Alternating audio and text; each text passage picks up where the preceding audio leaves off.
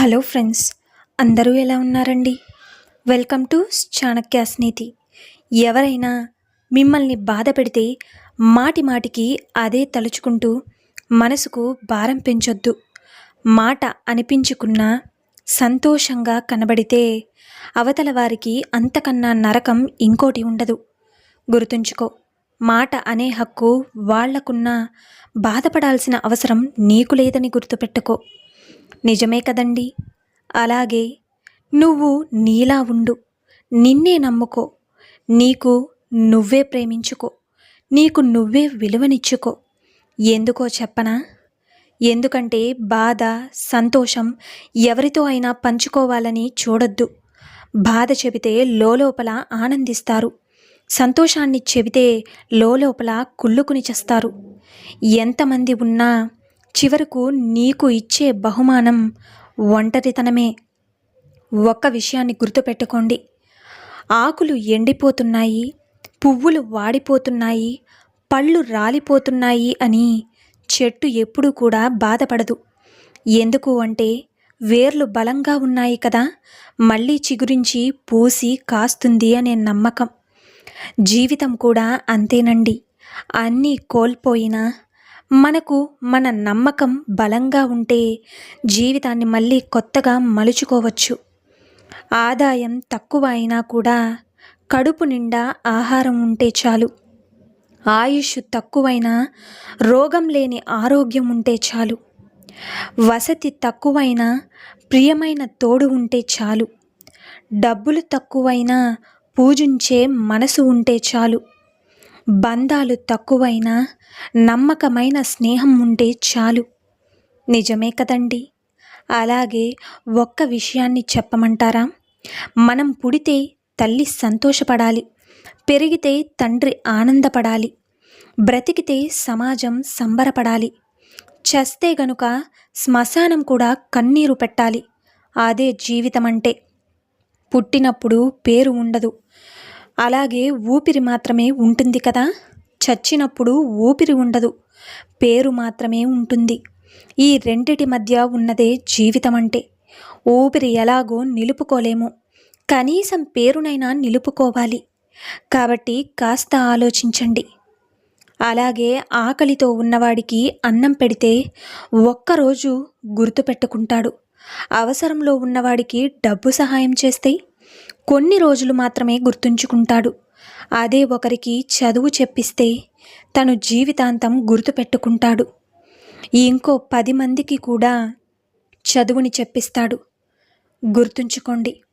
ఇక మనిషి ఎంత తెల్లగా ఉన్నా నీడ మాత్రం నలుపు రంగులో ఉంటుంది. మనిషి ఎంత నల్లగా ఉన్నా రక్తం మాత్రం ఎరుపు రంగులో ఉంటుంది. నిజమే కదండి. రంగులతో కాదు జీవితం, మంచి మనసుతో ఉండాలి. అంతే కదా. అలాగే ఒక్క విషయం, చదువు రాని అమ్మాయినా బిడ్డకి బుద్ధి చెప్పగలదు. డబ్బు లేని అమ్మాయి అయినా పిల్లల కడుపు నింపగలదు. కాలు లేని అమ్మాయి అయినా బిడ్డకు నడక నేర్పించగలదు. కళ్ళు లేని అమ్మాయి అయినా బిడ్డకు వెలుగు దారి చూపించగలదు. అలాగే మన జీవితంలో ఎన్ని అవరోధాలు ఉన్నా కూడా లెక్క చేయనిది ఆ అమ్మ ప్రేమ ఒకటే. ఆ అమ్మ ప్రేమే అమృతం అని తెలుసుకోండి. ప్రాణం ఉన్నంత వరకు కూడా మట్టి మన కాళ్ళ క్రింద ఉంటుంది. ఇక ప్రాణం పోయాక మట్టి మన శరీరం పైన ఉంటుంది. సంపాదించింది ఏది మనది కాదు. ఇక ఒక మంచితనం, పుణ్యం, ఎదుటివారి హృదయంలో ప్రేమ తప్ప ఇంకేవి కూడా నీతో రావని తెలుసుకో. ఆస్తులు కూడబెట్టినంత మాత్రాన ఎవరూ కూడా శ్రీమంతులు కాలేరు. అలాగే గుడిసెలో ఉన్నంత మాత్రాన పేదవాళ్ళు కూడా కాదు.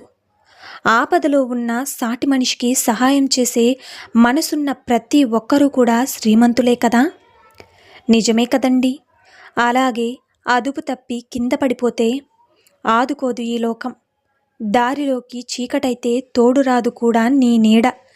చేజారి దూరమైతే చేరుకోదు ఒక ప్రేమ. అలసిపోయి కన్ను మూస్తే ఆపలేదు ఏ బంధము. అందుకే నిన్ను నువ్వు నమ్ముకో, నువ్వే ముందుకు సాగిపోతూ ఉండు.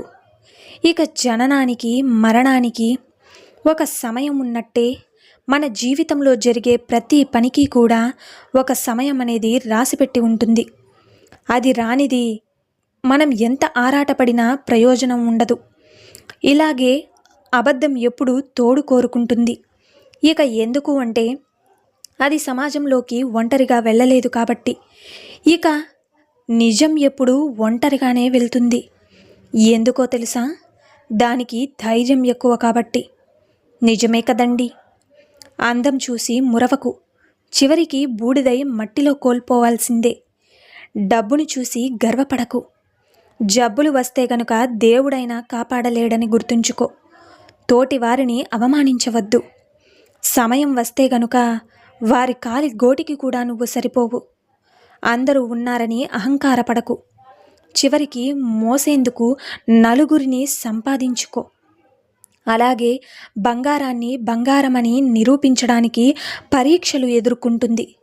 కానీ బొగ్గుని బొగ్గు అని చెప్పడానికి ఏ పరీక్షలు అక్కర్లేదు, చూసి చెప్పేస్తారు.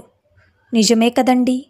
అలాగే మంచి వాళ్ళకే ఇక్కడ, ముంచే వాళ్లకు ఎటువంటి పరీక్షలు లేవు. మంచి వాళ్ళకి అన్ని అవమానాలు. ఒంటరిగా వస్తాం, ఒంటరిగానే పోతాం. మనిషి చేతిలో ఏదీ ఉండదు. ఉన్నన్ని రోజులు నలుగురిని ప్రేమించండి. ఒంటరితనాన్ని నవ్వుతూ జయించండి. నీకున్న కష్టాలను ఆనందంగా ఓడించండి. అలాగే ఒక్క మాట చెప్పనా? రక్తం చుక్కలు చిందించకుండా మనిషిని మానసికంగా హింసించి చంపే ప్రమాదకరమైన ఆయుధం ఏంటో చెప్పమంటారా? మాట. దానిని మూర్ఖుడు వాడిన తర్వాతే ఆలోచిస్తాడు. తెలివైన వాడు ఆలోచించి మాట్లాడతాడు. ఇక నిజమే కదండి. జనం దృష్టిలో మంచి చెప్పినవాడు ఎప్పుడు కూడా చెడ్డవాడే, చెడు చెప్పినవాడు ఎప్పుడు మంచోడే అవుతాడు. ఎలా అంటే, కాటు వేసే పాముకి పాలు పోస్తారు, మనకు నీడనిచ్చే చెట్టుకు మాత్రం కనీసం నీళ్లు కూడా పోయరు చాలామంది. ఆస్తులు అంతస్తులు ఉంటేనే జీవితం సంతోషంగా ఉండదు. మనల్ని ప్రాణం కన్నా ఎక్కువగా ప్రేమించే వాళ్ళు ఉంటే ప్రాణం ఉన్నంత వరకు సంతోషంగా బ్రతికేయొచ్చు. నిజమే కదండి. నీకంటే లేనివాడిని చూసి ఎగతాళిగా నవ్వుకోకు, ఉన్నవాడిని చూసి కుళ్ళుతో ఏడవవద్దు. ఎవరితోనూ ఏ విషయంలో కూడా నువ్వు పోల్చుకోవద్దు. కుదిరితే కావలసినంత సంపాదించుకో, లేదు అంటే ఉన్నదానితో సంతోషంగా బ్రతకడం అలవాటు చేసుకో. గ్యారంటీ వారంటీ లేని జీవితాన్ని పనికి మాలిన విషయాల గురించి బాధపడుతూ వృధా చేసుకోవద్దు. అర్థమైంది కదండి. అలాగే ఒక్క విషయం చెప్పనా?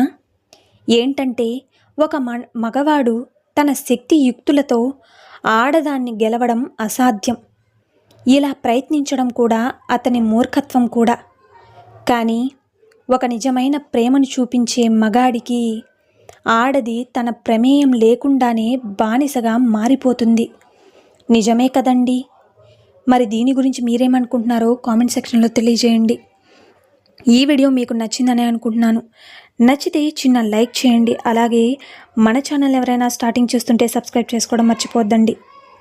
ఇలాంటి చాణక్య నీతి మరిన్ని మోటివేషనల్ వీడియోస్ మీకు నోటిఫికేషన్ రూపంలో రావాలంటే పక్కనున్న బెల్ సింబల్ని క్లిక్ చేయండి. అలా చేస్తే నేను పెట్టే ప్రతి వీడియో మీకు నోటిఫికేషన్ రూపంలో వస్తుంది. So thank you for watching friends. రేపటి వీడియోలో చాణక్యులు గారు ఏ మంచి మాటలను, ఏ మంచి సూక్తులను మనకి చెప్పబోతున్నారన్నది మనం రేపటి వీడియోలో అయితే తెలుసుకుందాం.